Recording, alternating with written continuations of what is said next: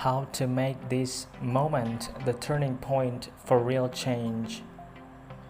As millions of people across the country take to the streets and raise their voices in response to the killing of George Floyd and the ongoing problem of unequal justice, many people have reached out asking how we can sustain momentum to bring about real change.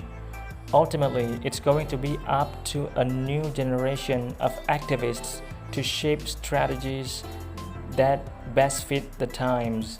But I believe there are some basic lessons to draw from past efforts that are worth remembering. First, the waves of protests across the country represent a genuine and legitimate frustration over a decades-long failure to reform police practices and the broader criminal justice system in the United States. The overwhelming majority of participants have been peaceful, courageous, responsible, and inspiring. They deserve our respect and support, not condemnation, something that police in cities like Camden and Flint have commendably understood. On the other hand, the small minority of folks who've resorted to violence in various forms, whether out of genuine anger or mere opportunism, are putting innocent people at risk, compounding the destruction of neighborhoods that are often already short on services and investment and detracting from the larger cause. I saw an elderly black woman being interviewed today in tears because the only grocery store in her neighborhood had been trashed. If history is any guide, that store may take years to come back, so let's not excuse violence or rationalize it or participate in it.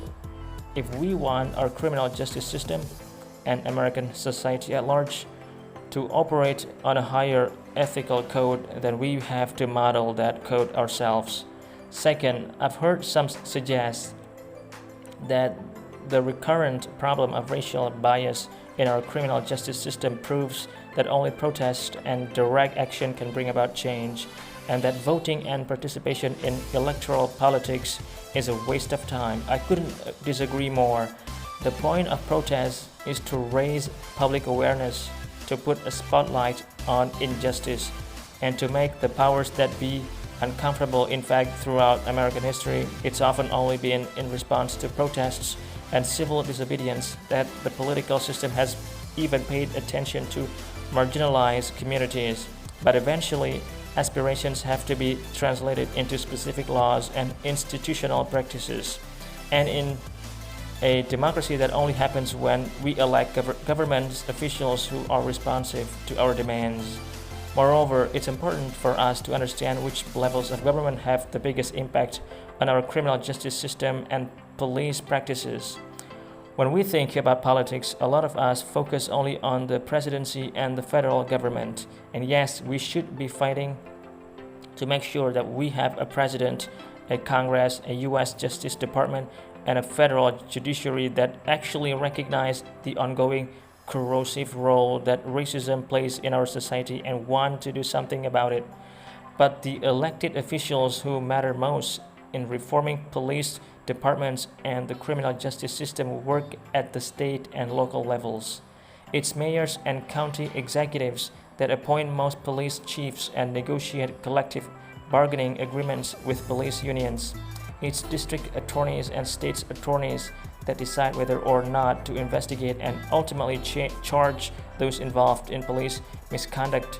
Those are all elected positions. In some places, police review boards with the power to monitor police conduct are elected as well. Unfortunately, voter turnout in these local races are usually pitifully low, especially among young people, which makes no sense given the direct impact these offices have on social justice issues, not to mention the fact that who wins and who loses those seats is often determined by just a few thousand or even a few hundred votes. So the bottom line is this: if we want to bring about real change, then the choice isn't between protest and politics. We have to do both. We have to mobilize to raise awareness, and we have to organize and cast our ballots to make sure that we elect candidates who will act on reform. Finally, the more specific we can make demands for criminal justice and police reform, the harder it will be for elected officials to just offer lip service to the cause and then fall back into business as usual once protests have gone away. The content of that reform agenda will be different for various communities. A big city may need one set of reforms, a rural community may need another. Some agencies will require wholesale rehabilitation, others should make minor improvements. Every law enforcement agency should have clear policies, including an independent body that conducts investigations of alleged misconduct. Tailoring reforms for each community will require local activists and organizations to do their research and educate fellow citizens in their community on what strategies work best. But as a starting point, here's a report and toolkit developed by the Leadership Conference on Civil and Human Rights and based on the work of the Task Force on 21st Century Policing that I formed when I was in the White House. And if you're interested in taking concrete action, we've also created a dedicated site at the Obama Foundation to aggregate and direct you to useful resources and organizations who've been fighting the good fight at the local and national levels for years. I recognize that these past few months have been hard and dispiriting, that the fear, sorrow, uncertainty, and hardship of a pandemic have been compounded by tragic reminders that prejudice and inequality still shape so much of American life. But watching the heightened activism of young people in the recent weeks of every race and every station makes me hopeful. If going forward we can channel our justifiable anger into peaceful, sustained, and effective action, then this moment can be a real turning point in our nation's long journey to live up to our highest ideals. Let's get to work.